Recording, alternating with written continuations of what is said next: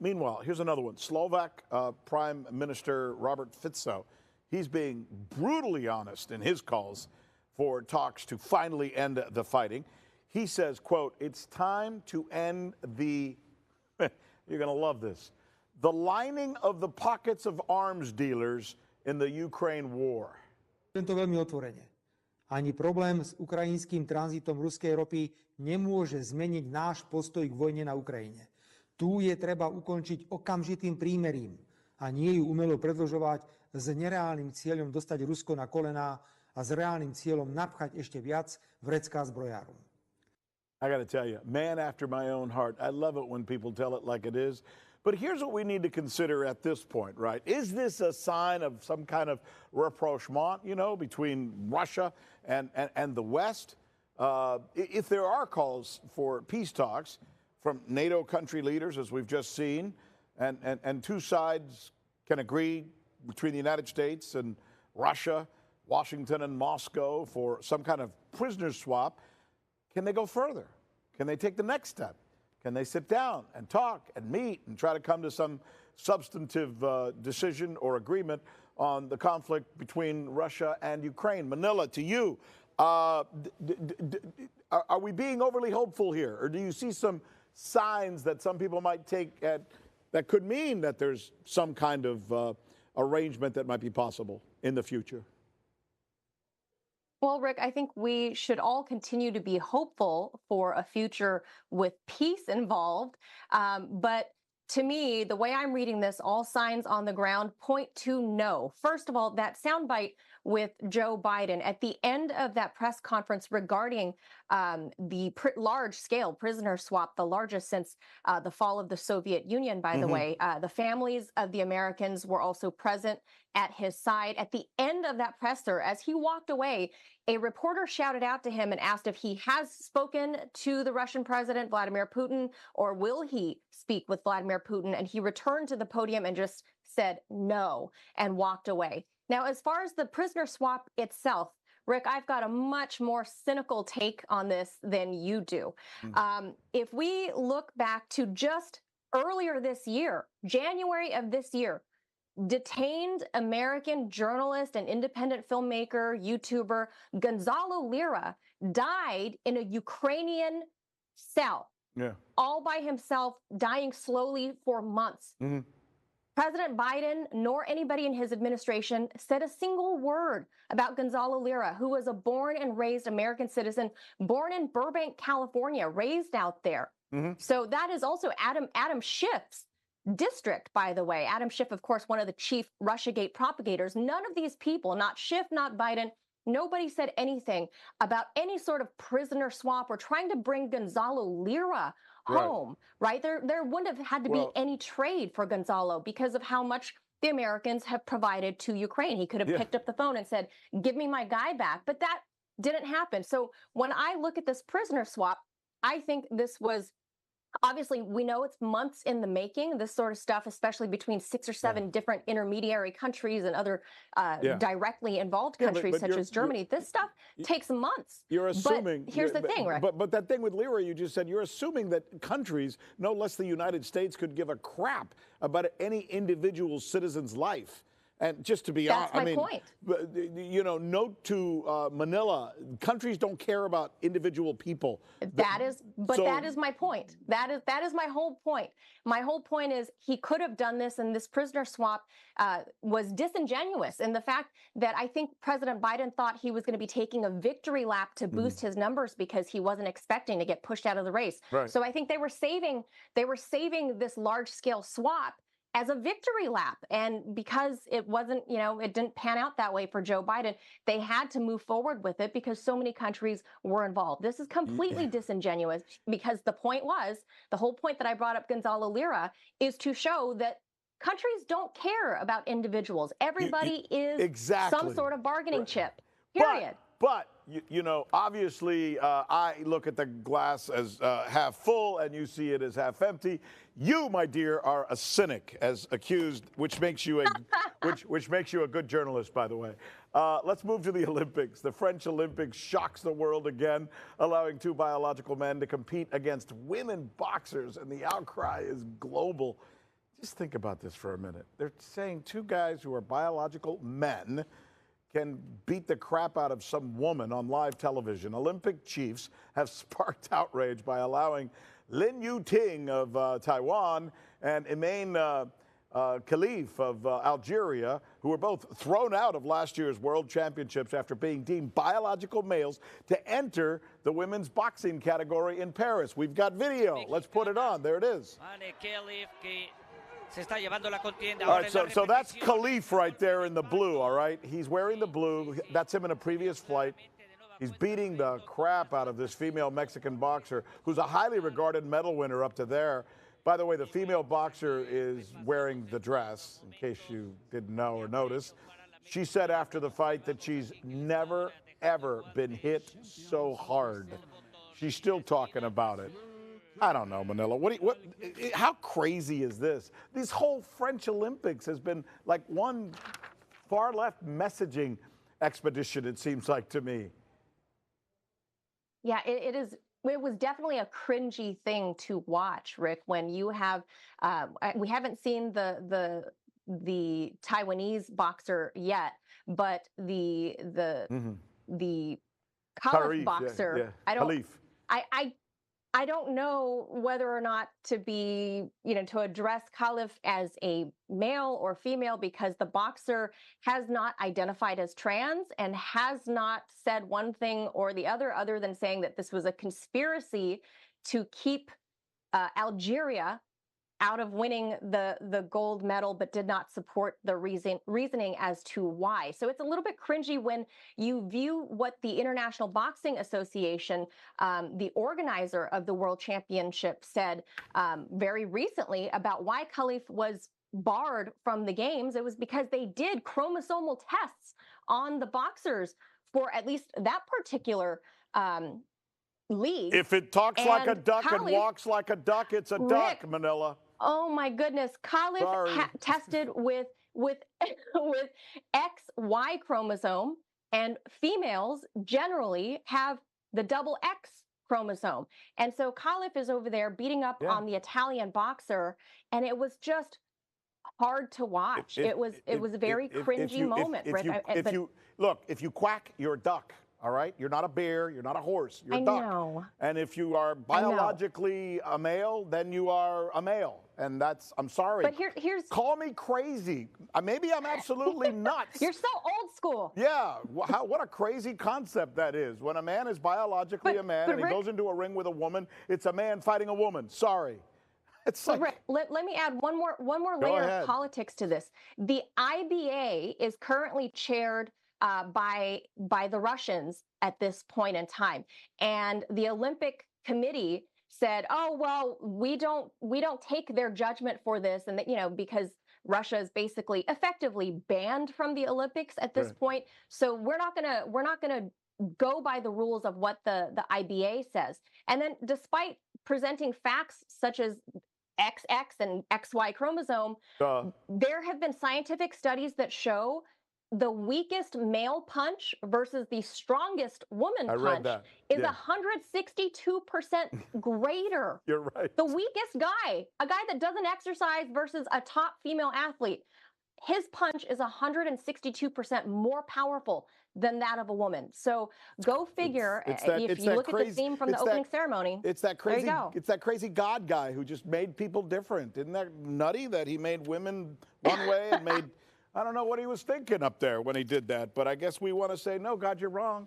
The whole thing is crazy. It is absolutely nuts, and it's showing France for what it is, a loony, weird, crazy place with a really nutty leader who is doing everything possible to start World War III. And I'm sorry, but the facts bear it out. Thanks, Manila. We appreciate you. We're good conversation as usual between us. We're going to go for a quick break. When we come back, we are obviously following one of the biggest stories of our time, which is the sudden attack by Israel against Iran, not to mention this prisoner exchange that we've been following for you. So there's a lot in the news. Bashir Said is a teaching fellow in politics and international relations at the University of Edinburgh. He is good enough to join us in just a little bit, and we'll be talking to him. Stay right there. We'll be right back.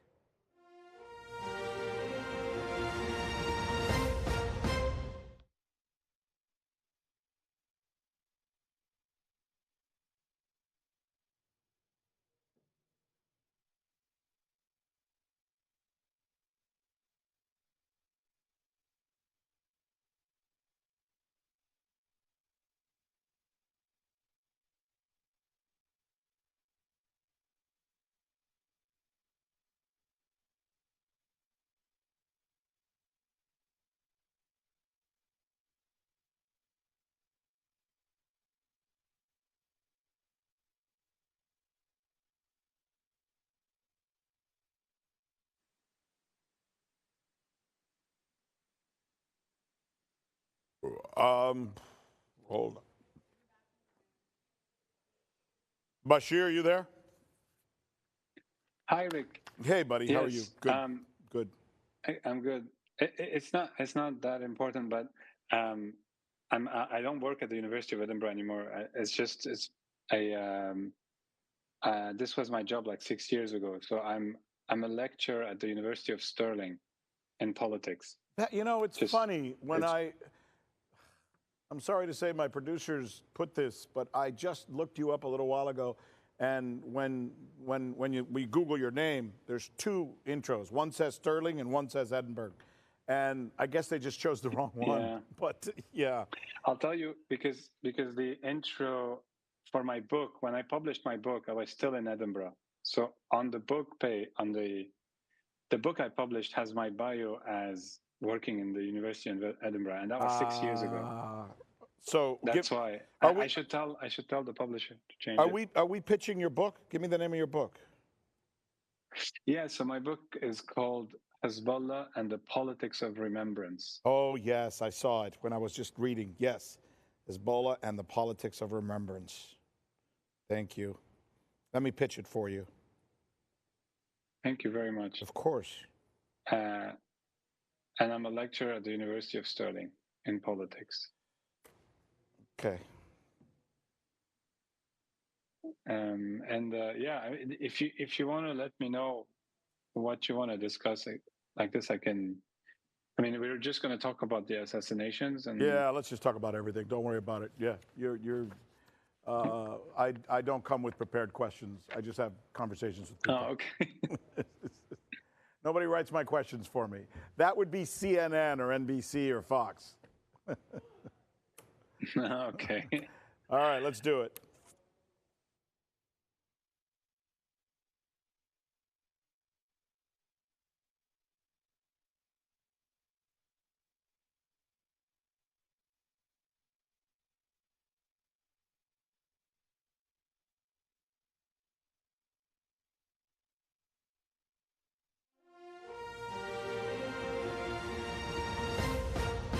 We want to talk to somebody now because he's an expert on the people that Bibi Netanyahu hates, wants to kill, and wants to destroy their entire civilization. I mean, I don't think there's a better way for me to explain this. We're going to be joined by somebody who has worked at the University of Stirling. Bashir Saad is also an author who wrote a book, and this is why I think he makes a perfect guest for what we're going to be talking about. His book is called Hezbollah and the Politics of Remembrance. You know, it's interesting, Bashir, because here in the United States and in the West, when we talk about Hezbollah, it's always referred to us as a terrorist organization, a militia group, all kinds of negative connotations. Even with people who try to remain neutral, they still use language that makes it sound like, it's kind of an evil organization. What should we know about Hezbollah that we don't know, especially in the West? Well, I mean, one of the reasons it's portrayed as such is because the West has a painful experience with Hezbollah. Hezbollah is born out of a big confrontation or a destructive confrontation with the Americans in the beginning of the 80s. So I think that's one of the reasons. There was a taking of hostages, there was a blowing up of the Marine barrack and all that. So in that sense, you're blacklisted because of that. Do they deserve that? Do they deserve that? Is that deserving? I don't think so. No, I mean they're just fighting an occupier on their land. So it depends. I guess it depends from which perspective you see it. But you usually blacklist someone because they don't bend to your political interest. Now you can criticize their political orientation, but also you can try to understand it. So it's just a different political orientation, and it doesn't suit the American interests. So let's go through a series of questions. Number one, are they beholden to the Ayatollah Khomeini and Iran? Do they take orders from Iran? No, I wouldn't say they take orders from Iran. They're closely aligned with Iran. If anything, it's possible that Iran even needs them to understand more the terrain. It's not. It's more of a symbiotic relation. I would say than a top-down relationship. Mm. And also, just because the Iranians don't, I don't think they interfere in the micromanage. Let's call it micromanagement of how the resistance works, the actual organization work. But they are aligned because they have similar orientation. So it's no But the way you describe it, then it's no different than the British and the Americans and the French are allies. That doesn't mean because one does something, the other one is behind it. Yeah, for example, even though here it's not really two states. It's an organization that exists within a country, but that has a very complex relationship with that country, and it has a popular base in that country. But yeah, I wanted to say something, I forgot. But Well, the yeah, reason, so but let me tell you, the, but let me tell you the reason I'm asking you these questions, because it looks like in the past couple of days, and this is the reason we have you on, we're trying to get into the mind of Bibi Netanyahu, which is probably not an easy thing to do, but he's attacking Beirut, right, to kill people. He's attacking Iran to kill people. Iraq, I believe was it Libya, or where else did he? Syria, pardon me. He also attacked. So I think in the mind of Bibi Netanyahu, and I'm trying to get in his head to try to understand what he's doing, he sees all of these places and all of these countries as a network that he has to destroy. Is he right? Is he wrong? And why? I mean, these countries contain groups that are aligned and that have anti-Israeli or anti-Zionist agendas. That's true. The problem is the way the Israelis do it is that they act punitively, because militarily they can't do much anymore. So the only way for them to act is to just try to kill leaders, do sensational stuff like that. So it's like maximum impact in terms of emotional impact and all that. But in terms of military maneuvering, it's completely obsolete. Why? It just affects the morale. I'm confused. You just said, and I'm kind of a little bit surprised by what you said. Militarily, they no longer have the same power. What do you mean by that? Well, because okay, so if you look at the long term trend. So Israel, the state Israel, from the 50s, 60s, 70s onwards, the various wars that happened, and you see how they acted on the ground and how it works. In '82, for example, they invaded Lebanon until the capital, like by foot. They just went in like it's a supermarket. So and even in 2000 they withdrew from the south because they were being fought by Hezbollah mainly. In 2006 they couldn't even go 200 meters into Lebanon. Instead, what they did was they did exactly what they did in Gaza. They just bombed everything they could. They destroyed the infrastructure. They just did punitive strikes. They just tried to affect on that level, but on the ground they can't do much. I mean, when did you hear of a military battle where Israel has succeeded in like winning a battle on the ground? It just doesn't exist because they can't do it anymore. No, you got to think back to Sharon. No, you're right. You got to think back to Sharon in Lebanon. You got to think back to Egypt, Moshe Adan. You have to think back to the history of the country where they actually can control a theater. You're saying they haven't been able to control a theater in a long time, so they just lob missiles and make a lot of noise. Exactly. They have air power because they have the technology from various Western countries. They actually are aided by these Western countries. They can't even do it on their own anymore. Even that, they're doing it with plenty of aid. Since October, there's like millions and billions that have been given just to aid and just trying to dislodge a few guys in tunnels and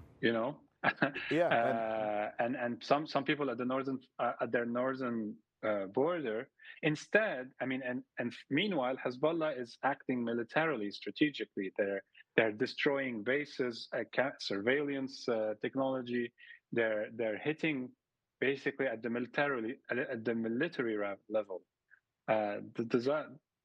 That's why I'm saying this. And meanwhile, if Israel could, they would have invaded Lebanon a while ago, given what Hezbollah is doing in their northern territories. So let me get back into my Bibi Netanyahu brain. I'm now Bibi Netanyahu, Okay. and I'm going to say to you, it doesn't matter that we, don't have that kind of powerful military to occupy and control a theater in a traditional sense, because you know what I got? I got the United States of America. In fact, I just went there. I spoke to Congress. I'm more the President of the United States than the President of the United States is. And when I decide that I'm ready for a full-out war, I don't need an Israeli military. I got the U.S. military. Well, I think the U.S. is we're not really sure what happened in the U.S. and what I wouldn't know what exactly is the U.S. stance, but I'm pretty sure there's some ceilings that Netanyahu cannot really transgress. So that's why you end up having key leaders killed, because that's really the most you can do in terms of impact, while at the same time not being able to invest yourself militarily much. Right. Because I think at the end of the day, regional like all-out war in the region is something that would not just hurt Israel but also the U.S. This is what I'm trying to say. So you think in the end, from a geopolitical standpoint, when it really came down and the rubber meets the road, so to speak, the U.S. would back off and say, no, look, we're not fighting this war for you. You got yourself into this mess. You get yourself out of this mess, right? You think I mean, look at. Go ahead. Yeah, look at what the U.S. and Britain and the alliance of the U.S. basically has done in Yemen. They said they're going to dislodge the Houthis. What happened?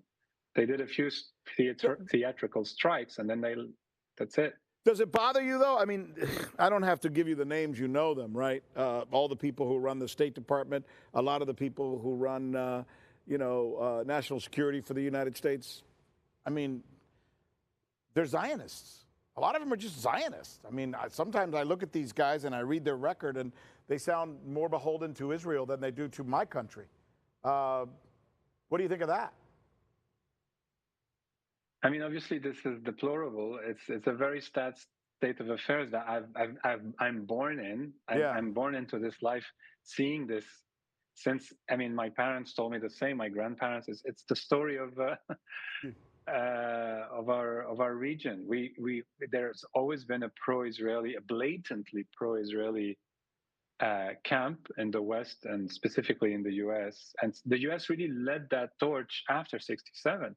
Before that, the U.S., I guess, wasn't too bothered. If anything, they were not pro-Arab, but they were not that pro-Israeli. It's really after '67, I think, that that kind of synergy took place. I mean, there's great books on that relationship. You know, it's funny. You and I were talking before we went on the air, and I'm fascinated by this because you make a great point, I think, what you were alluding to, what your parents told you, because if you look at this historically, Arabs, and when I mean Arabs, I mean people from that culture, whether they're Christian or whether they're Muslim, it doesn't matter, have always been very, very close to the Jews. They have great relationships over the years. They never abused them. They always respected them.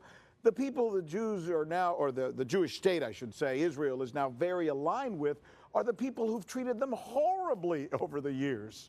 I mean, the Christians, to be honest with you, were the ones who treated the Jews badly. It wasn't the Muslims.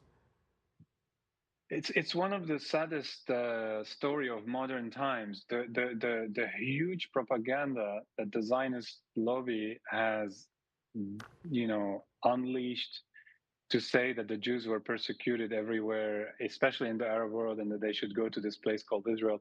Because the thing is, there was a state colonial project, and how do you make it survive? You have to create national myths. Yeah. I mean, obviously, the Jews suffered in Europe, of course, and there was a problem in the West about that. But the problem is, it wasn't enough to actually build a state in the Arab world. So what it did was they also expanded that rhetoric with the help of the British and the Germans and others, especially the French, actually, in North Africa, to create that myth that the Jews in these regions who also were persecuted. And there's They lots of weren't. historical, there are lots, yeah, there were lots of historians that wrote about this, that we spend, a lot of effort in the academic community debunking their claims because they're completely bogus. And That's yes, that's why in Iran, I don't know if you know this story, you're going to like this story, but in Iran, a few years ago, I think it was at the time Sharon was prime minister, he offered the Jewish, he offered the Jewish community in Iran, I don't remember how much money to actually send the Jews to Israel, and in Iran the parliament has Jewish representatives yes. in the parliament in Iran, and one of the parliamentary member at the time, it's a famous story. He said, "No, thank you. We're very happy in Iran. We're Iranians, and we're we've always lived here, and we're not going to live in a small That's military apartheid state, that where that that's that, just doing some massive killing all the time." that's amazing. Well, I'll tell you, what a wonderful conversation, Bashir Saad. The book is called Hezbollah and the Politics of Remembrance. Look it up. Smart man, good author, good book. Thank you, sir, for sharing your Thank time you. with us. Thank you very much. That's our show. Remember, always look outside your own box.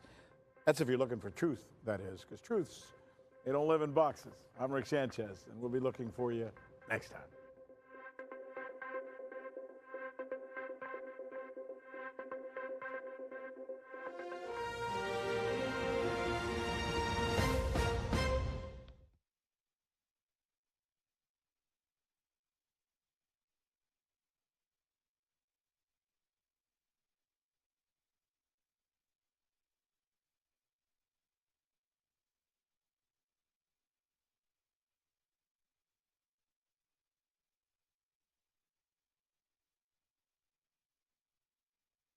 Okay.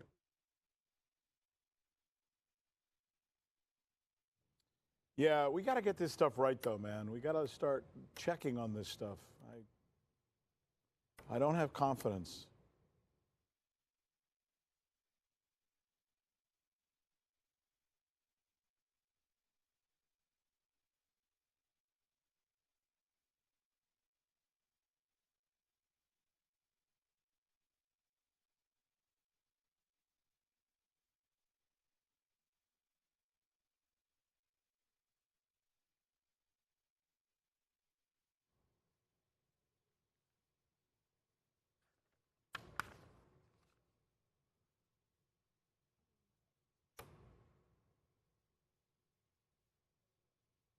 Victor, you want to talk to me?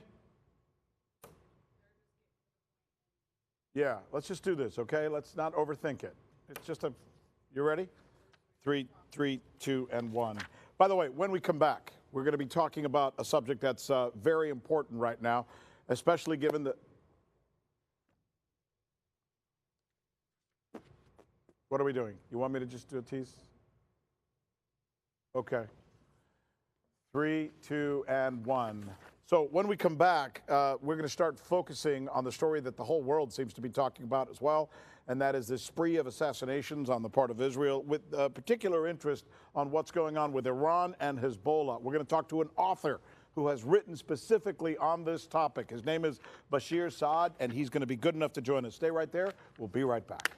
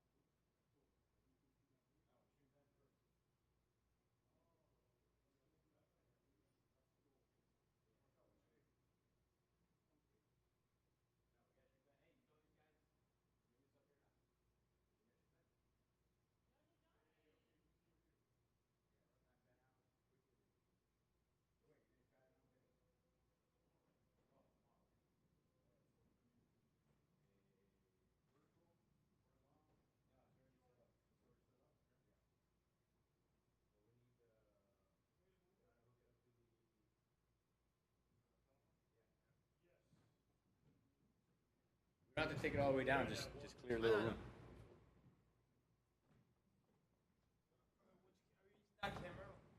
No, we're using that, but it's pretty much in the same, more or less same position. Watch behind you, don't take a step into it. As I'm telling you, whoa!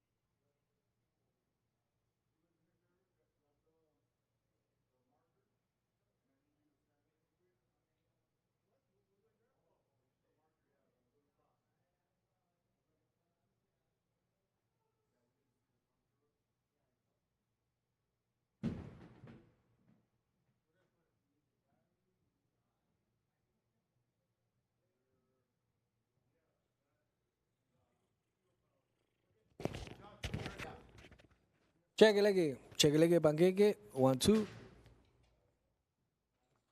Probando. Probando. Check. 1, 2. 1, 2, 3.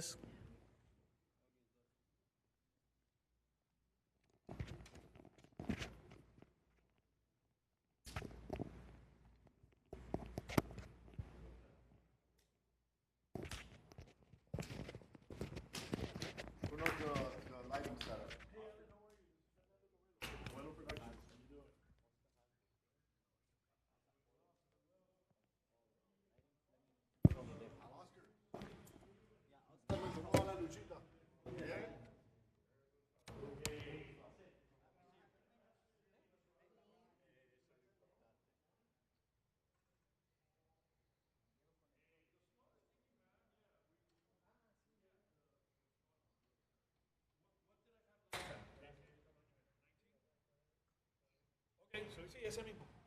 Oh, well, no, he was saying because he could see the shadow. No, that's what I said. Where's that shadow coming from?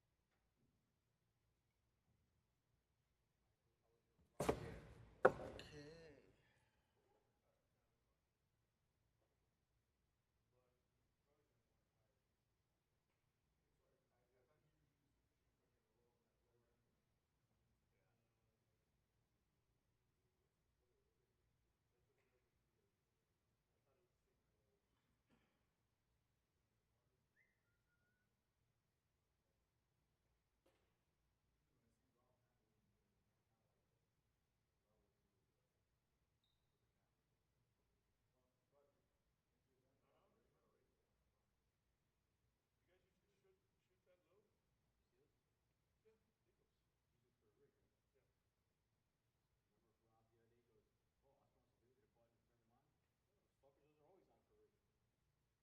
Yeah. But before they kept saying, man, why am I not getting a negative? Yeah, because those are still on. But I like the fact that later he said, oh, Oscar wants to press the button. No, bitch, I didn't press the button to turn those on. They're just on all the time. I think I said that. No, I'm saying first, he said that to me first. Oh, he did? Yeah. Oh, he wants to turn it on. Hey, is the camera usually this low for Ben? Or is it higher? No, no, it's usually going to be a little higher. Okay. Not much, but a little more, yeah. Right, a little more high level, huh? Let me just turn these things off. See if you notice a big difference when I turn them off. Go. Keep looking at me, Ruben. I just want to see something on the left side of your face. Tell me when those lights turn on. Oh, yeah.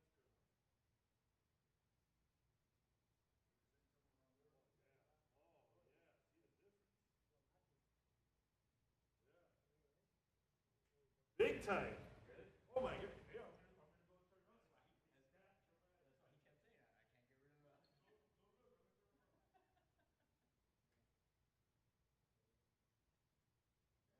That's why he kept saying I can't get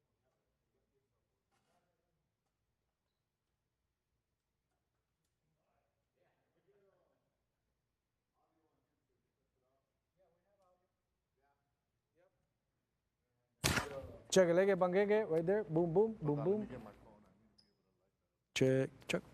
You want a light?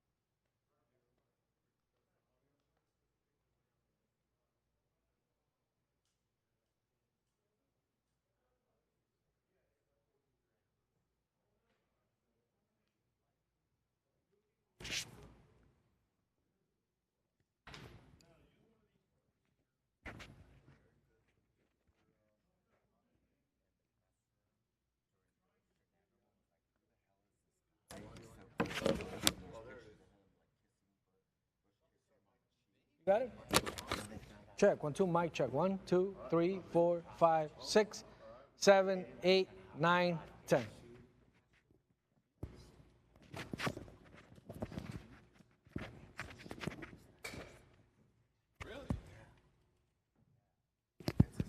That's a whole thing. Great, bro. Good to see you.